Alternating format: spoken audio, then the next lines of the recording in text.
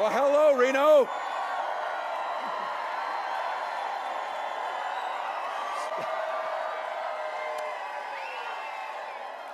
Wow. Well, it's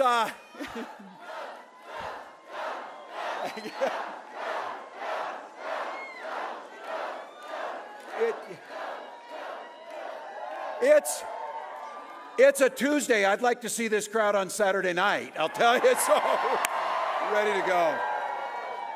First of all, thanks to Ed Helms. Can we give him another round of applause? That guy's amazing. Look, he could be doing anything else, but he came here because he loves this country, and so I am grateful for that. Special thank you to Andrew. Our union members across this state and across this country know that unions built the middle class and unions built America. And I just have to tell you, there's so many great things here, but I have to tell you, for Americans across the country, you need to send Jackie Rosen back to the Senate. You need to send Jackie Rosen back.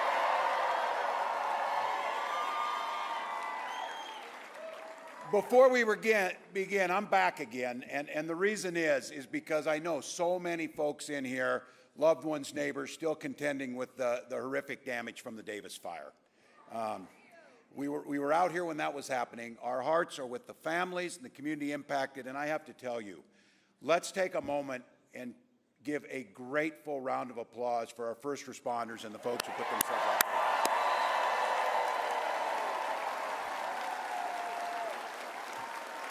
I was up visiting them last month, and just to see the courage, and this is what Americans do at a time like this.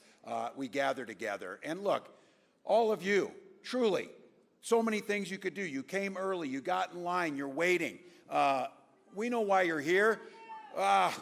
You're gathering with community. You're gathering with folks who know. You drove from Carson City. You did all the things necessary. You came here for that very simple and beautiful reason. You love America. That's why you're here. Well, thank you. And I got to say, you probably figured this out about me. I kind of talk the way I see it, and I'm a little bit old school, but I'll have to tell you, like all of you, the deep respect for this country, what we have. Call me old-fashioned, but a president's character and words should matter. They do matter. They do matter. It's presidents, when this country's at its most challenging times. At the heart of the Great Depression, that first inaugural address, President Franklin Roosevelt, as he saw Americans scared, struggling, wondering what was next, made those famous words that we all heard when we were in school and knew that that's what America was about. All we have to fear is fear itself. And we bucked up, and folks helped their neighbors. Then we saw communism spreading across the globe, suppressing freedoms, crushing democracies, and it was growing. And Ronald Reagan stood up and said, "Mr. Gorbachev, tear down that wall." That's what we do.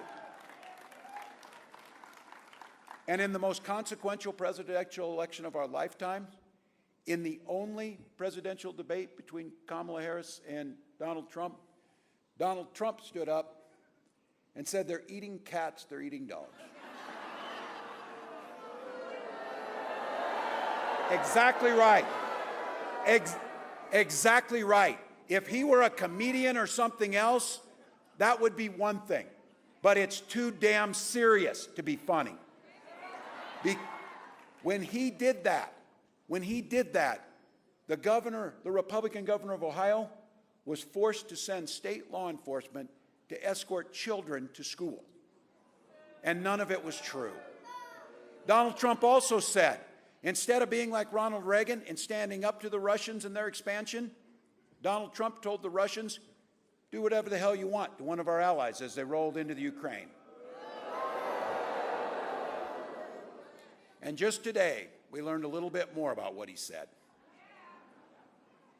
There's news reporting that Donald Trump has had as many as 7 private phone calls with Vladimir Putin.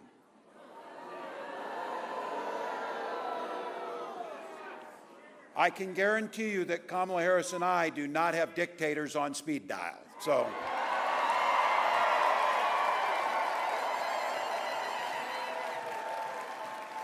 look, it's pretty simple. You get it.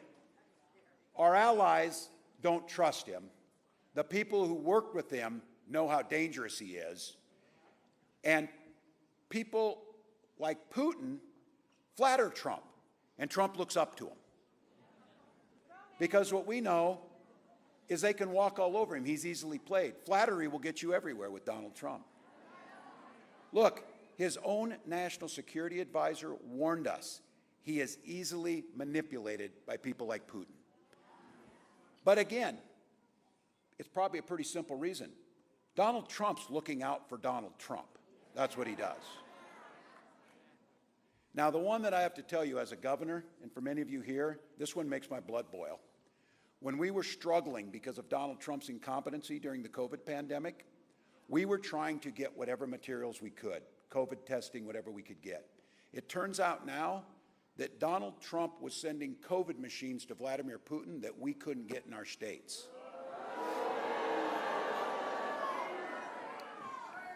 Every day.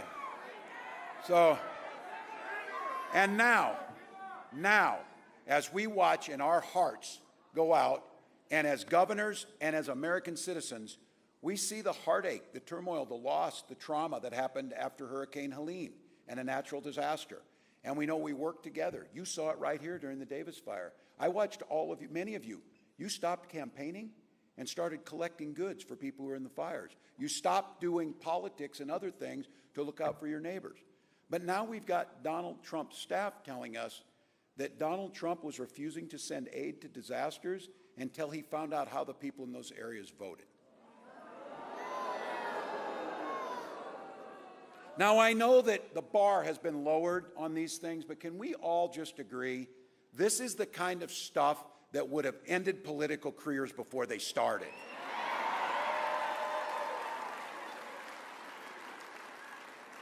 Donald Trump is a risk to our national security and can't get anywhere near the White House.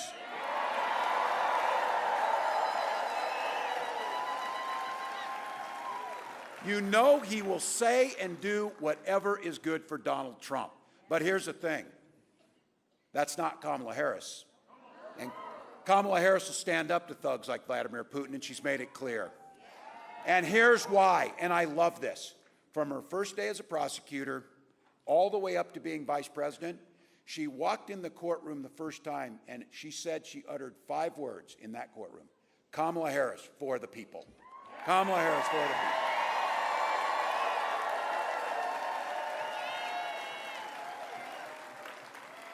Took on the predators, took on the fraudsters trying to get people out of their homes, returning money to them, people who tried to take union pensions.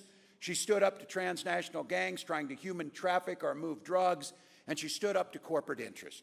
And this is the thing that we're all hungry for. She never hesitated to reach across the aisle and work together to solve problems. That's what we're looking for. That's what we're looking for. Now, I'm proud to be her running mate. And she oftentimes says this, where could a kid from Oakland in a middle-class family run with a kid who grew up around the farms of rural Nebraska?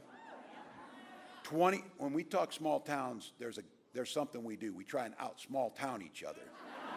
So you say, I grew up in a small town. How many people? 400. People go, oh, impressive, 300. And then I will say 24 classmates. And they're like, all right, that's not bad. That's not bad. But what she says is, growing up in a small town, where else in America can a kid who grows up in a small town in rural Nebraska and a kid who grows up in Oakland and her mom, single mom, working hard to get him a house, where else but in this country can those two be on a ticket to be president and vice president?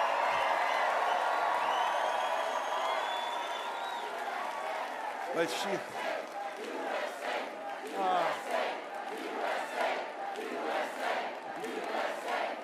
Look, you know what we know? Those who want to divide us, what Kamala knows, whether it's Oakland or whether it's Butte, Nebraska, what we learned around those type of people, we didn't grow up in the same place, but she says we grew up around the same people.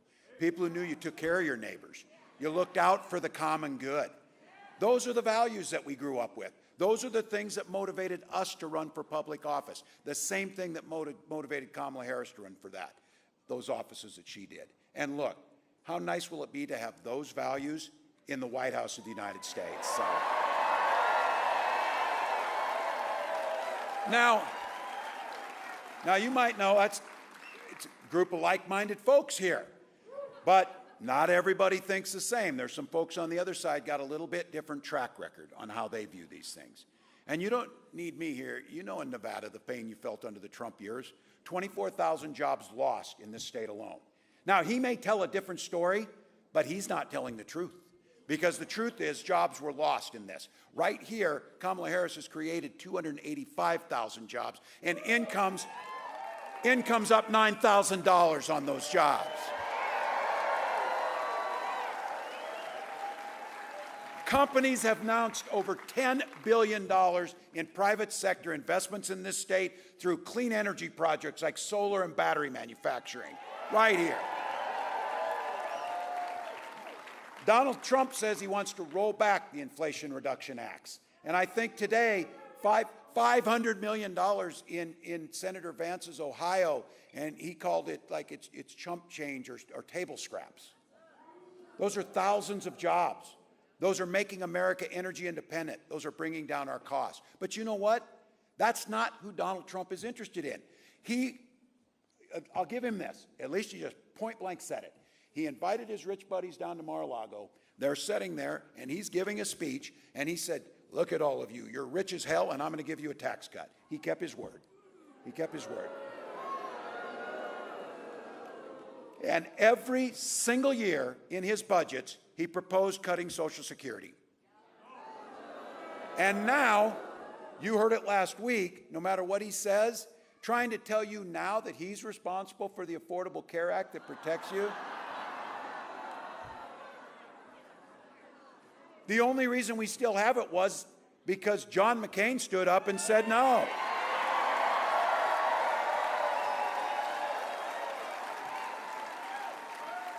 Look, you all know it. This country and this world can't take 4 more years of Donald Trump. It's that simple. Now now all of a sudden they're pretending. I had to be correct. Sometimes I have to be corrected on the things I say. I will own that. I said they didn't have a plan. My bad. They do have a plan. It's called Project 2025. I did say this. They said, oh, I don't know anything about that. And I said, well, Senator Vance, you wrote the foreword to the architect's book. You might know something. If you write, I don't know, I've never written someone's foreword to a book, but I'm assuming if you do that, you remember them. That would just be me. But I do know this, as a football coach, you take the time to draw up a playbook, you're going to run the plays. You're going to run the plays. And those plays are tax cuts for the wealthy, undermining the ACA, gutting the protections that we have on pre-existing conditions. But Kamala Harris gets it, and she gets it because she grew up middle class like so many of us. She understood it.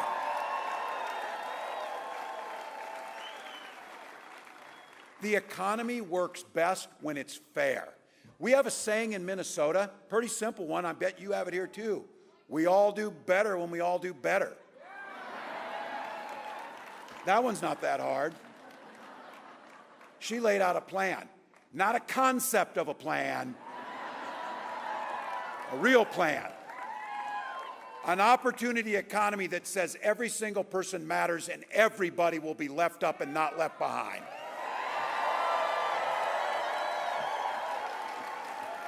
A child tax credit, so in a child's first year of life, that family will have the ability to buy that crib, buy that car seat, make sure that they can tackle skyrocketing costs around child care. You know, not all of us can just count on a family member, but there's got to be a way, and Kamala Harris laid it out to make sure everything from universal pre-K to making sure child care is affordable. That's what we have.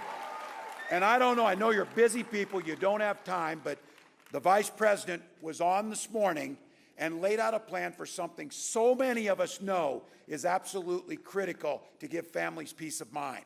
How do we care for our loved ones? How do we care for our loved ones when they're getting older and need the care they have? And what Kamala Harris proposed was having Medicare for the very first time expand to cover home care and home health care.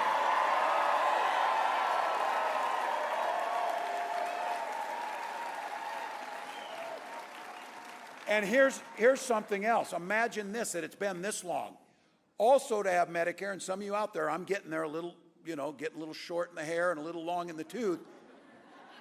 Proposing that Medicare, because it's about making us healthy, covers vision and hearing for our seniors.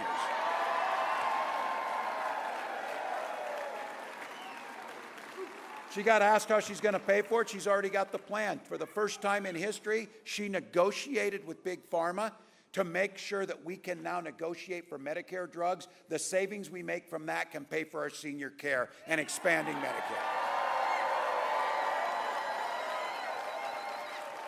And just say something about, talking about price gouging, this idea of insulin. If any of you know to get this, capping insulin at $35, some of you know this. Here's the deal about price gouging. Businesses have the right to make money. We're capitalists. We know how that works. But it's got to be fair. It's got to be moral. It costs about $5 to manufacture a vial of insulin, and they were selling it for $800. Now it's capped at $300.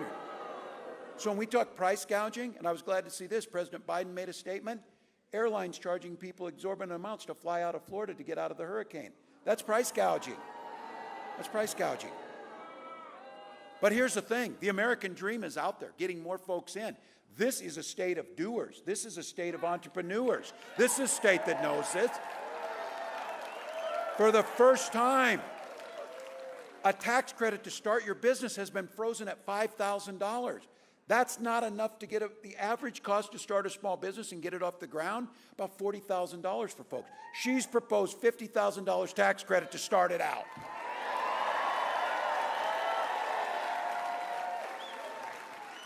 And I know this one for all of you, and you got to hear a little bit of it, and I baffled by some of this. Last week, I had a little conversation with Senator Vance, and it was about housing. It was about housing, and the solution is, well, we should just build on federal lands or something. And I said, there's no federal lands around Minneapolis, so what are you going to do? But the point is, the housing issue is real. This is something for many of us. When you bought that first house, that's everything. And it's everything because it's your biggest investment, it's generational wealth, but it's much more than that. It's the safety for your family. It's the place you gather for holidays. It's the place you bring your kids home from the hospital the first time in that house. For these guys, they don't ever want to mention the other side of this. The other side of it is you got folks buying up houses to sell them as commodities just like they buy stocks and bonds. Prices in this county have increased 50% since 2017. You know it. Big Wall Street firms. I had to look, hedge fund manager and venture capitalists. That's not the jobs most of us do. Those are the facts, so the folks buying up. There was a case here, one company buying 260 homes in a single day. That's to make profit. Look, everybody has the right to sell their home, but you have a right to work on a market that works and those moments in your lives that make a difference. That's why Kamala Harris has a plan, build 3 million new homes and have a $25,000 down payment assistance for folks to get started. Young folks out here. Look, you're going to pay it back, and you're going to have that home. And we know this. When people have homes and stability, and they have jobs, and their kids get off to school with food in their belly, everybody does better. Everybody does better. So look, what you know is, Kamala Harris and I get this. The idea that we're fighting for, she comes out to that beautiful song, Freedom, coming out Freedom. Well, it's more than that. It's the freedom for you to live the life you want to live. That's what it's about. And I know in this room, there's Republicans in this room. And there are.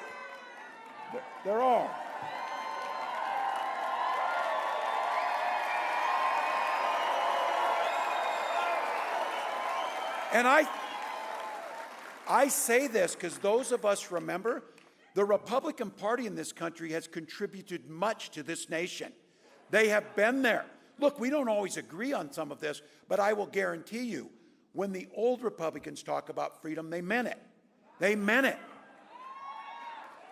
Now these guys, Donald Trump, turns out when he's talking about freedom, that government should be free to be in your doctor's office,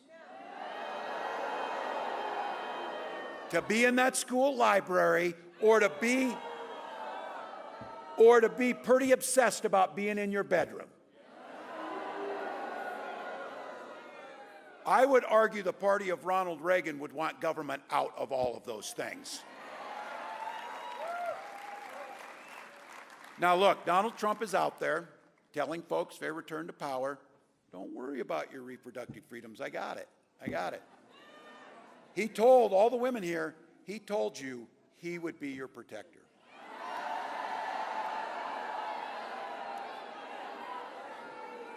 So the other day in that little debate I mentioned, they're kind of factoring this Project 2025's, they want to monitor of women's pregnancies. And I saw Senator Vance, there were a couple moments of clarity where he said, well, people just don't trust us on these things, you know. And that's where my wife is really happy. Some of you saw me face on this, I almost blurted out, no, you know, no kidding, no kidding. Look, to Donald Trump and J.D. Vance, women don't trust you.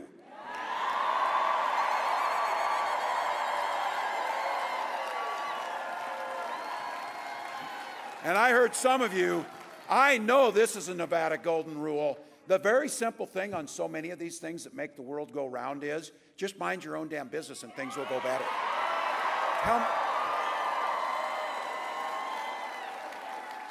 I don't want to speak for the Republicans here, but I got to feel like that's a mantra of the old Republican Party. Just mind your own business on this. And for some of you, it gets very personal. And look, there are women out there that don't want to have, their names are household names now because they nearly died trying to avoid these Trump abortion bans. And for me, and for so many of you out there, they're going another step further, banning things like fertility treatments. Those are our decisions. Those are our decisions to make. Whatever family you want to have, or no family, or whatever that family looks like, that's your decision, not government's decision.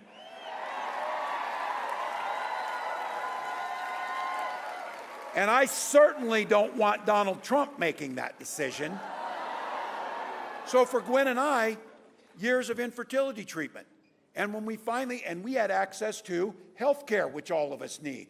So if you have health care, you have access to that. Finally, on that day, our daughter was born. Some of you have heard me say this, most powerful in the universe. We named her Hope because we finally had it. She and her brother mean the world to me. And that's what this election is about. It's about freedom. And I want to make that appeal again. The party of Reagan needs to stand on personal freedoms, not with Donald Trump's way of doing things.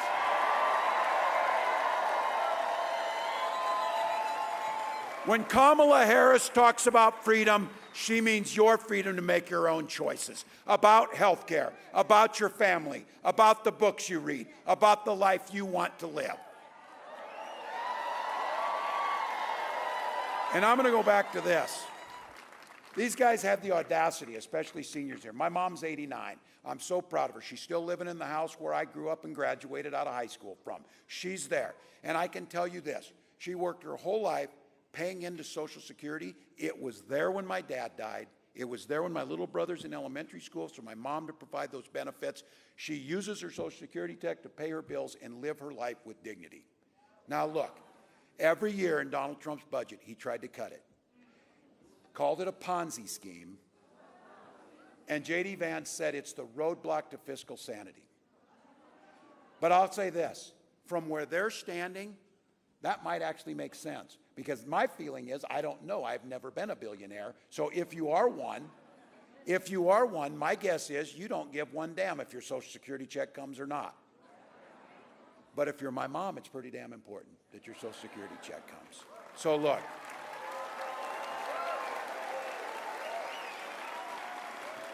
Freedom to make your health care decisions.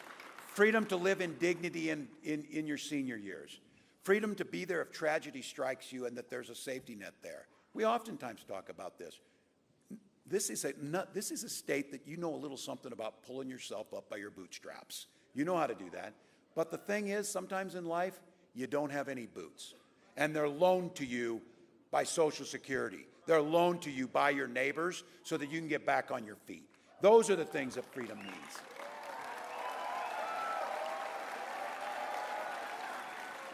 And I got to tell you, this one for all of you, for all of us, this piece of freedom is the one that we should hold most dear.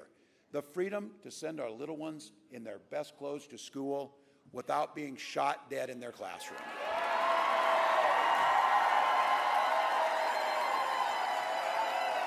Look, there's a whole lot of you out here just like me, veterans, hunters, gun owners.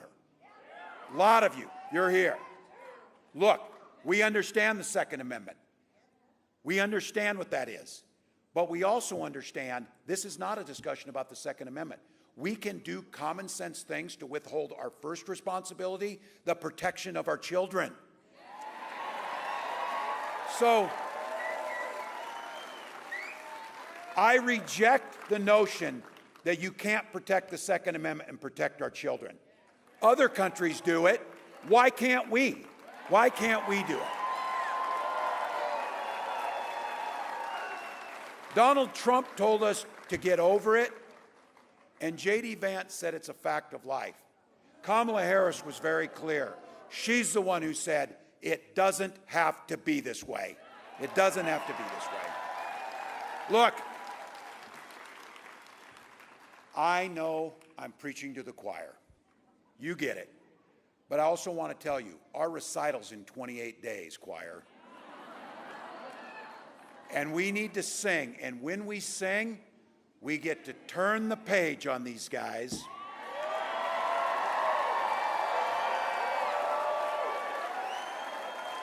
Put in a new generation of leadership with a new way forward.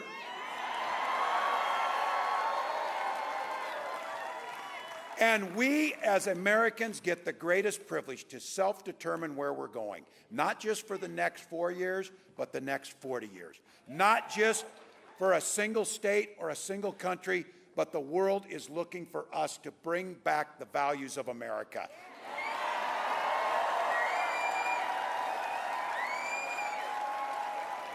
So you've heard me say it. It's all gas, no brakes for 28 days. I've been saying to people, we'll sleep when we're dead, and I had somebody walk up and said, you're being way too literal. You look like hell, man. So, but it's okay. We do it, and you're here, and we're excited, and we're going to do the work because we believe in the promise of America.